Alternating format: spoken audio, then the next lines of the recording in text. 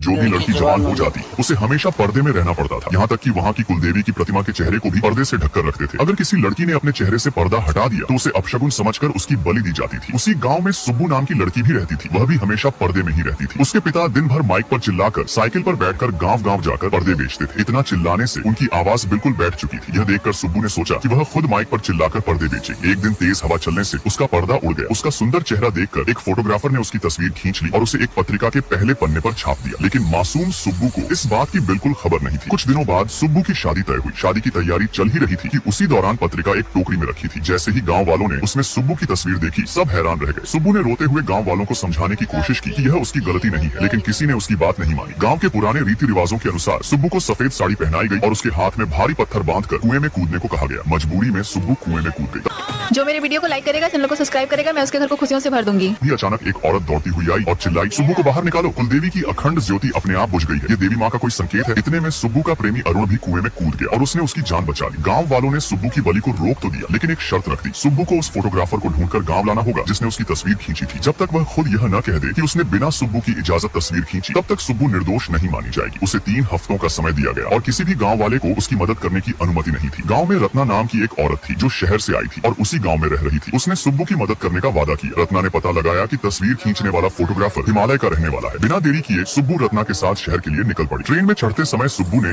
अपने प्रेमी अरुण का चेहरा देखा और बहुत दुखी हुई। इधर उसके पिता ने पर्दे बेचना भी बंद कर दिया था। वे दिन भर कमरे में खुद को बंद रखते और घर की हर चीज को पर्दों से ढक देते थे। रास्ते में सुब्बू बार बार फोटोग्राफर को कॉल कर रही थी, लेकिन उसका फोन नहीं लग रहा था। शहर पहुंचकर सुब्बू की बचपन की दोस्त रिया उसे रिसीव करने आई, क्योंकि इतने बड़े शहर में सुब्बू रिया के बिना फोटोग्राफर को ढूंढ नहीं सकती थी। शहर पहुंचते ही सुब्बू ने देखा कि इमारतों पर उसके बड़े बड़े पोस्टर लगे हुए हैं। यह देखकर वह जोर जोर से रोने लगी, क्योंकि फोटोग्राफर ने उसकी तस्वीरें पूरे शहर में चिपका दी थी। अगले दिन रिया, सुब्बू और रत्ना उसे हिमालय ले जाने लगे। रास्ते में रिया ने सुब्बू से शहर आने की वजह पूछी। तब सुब्बू ने उसे पूरी सच्चाई बता दी। रिया हैरान थी कि आज के समय में भी लोग इतने पुराने और गलत रिवाजों में बंधे हुए हैं। रास्ते में उन्होंने ठहरने के लिए एक घर लिया। सुब्बू को गुस्सा आ रहा था कि 400 रुपए में उन्हें एक कमरा मिल सकता था, तो इतना महंगा घर क्यों लिया। रत्ना ने समझाया कि यह गाँव नहीं शहर है, यहाँ ऐसे ही कमरे मिलते हैं। रात भर सुब्बू फोटोग्राफर के बारे में सोच कर रोती रही और उसे नींद नहीं आई। रिया ने वादा किया कि सुबह तक वे उस फोटोग्राफर को ढूंढ निकालेंगे। अगले दिन वे तीनों फिर से फोटोग्राफर को ढूंढने निकले, लेकिन रास्ते में पहाड़ खिसकने से सड़क बंद थी और आज भी सुब्बू का उससे मिलना मुश्किल हो गया। उधर गाँव में अरुण के पिता उसकी शादी किसी और लड़की से कराने पर जिद कर रहे थे, क्योंकि सब गांव वाले सुब्बू का चेहरा देख चुके थे और उन्हें डर था कि कहीं कोई श्राप न लग जाए। लेकिन अरुण इस बात से सहमत नहीं था। गुस्से में वह घर से बाहर आया और दुकानों में लटकती पत्रिकाओं पर सुब्बू की तस्वीर देखकर और भी परेशान हो गया। कुछ ही दिनों बाद अरुण ने किसी और लड़की से शादी कर ली। अब सवाल ये है, क्या सुब्बू उस फोटोग्राफर को ढूंढ पाएगी और आखिर उसने बिना पूछे उसकी तस्वीर क्यों ली? यह जानने के लिए वीडियो को लाइक और चैनल को सब्सक्राइब करना न भूलें।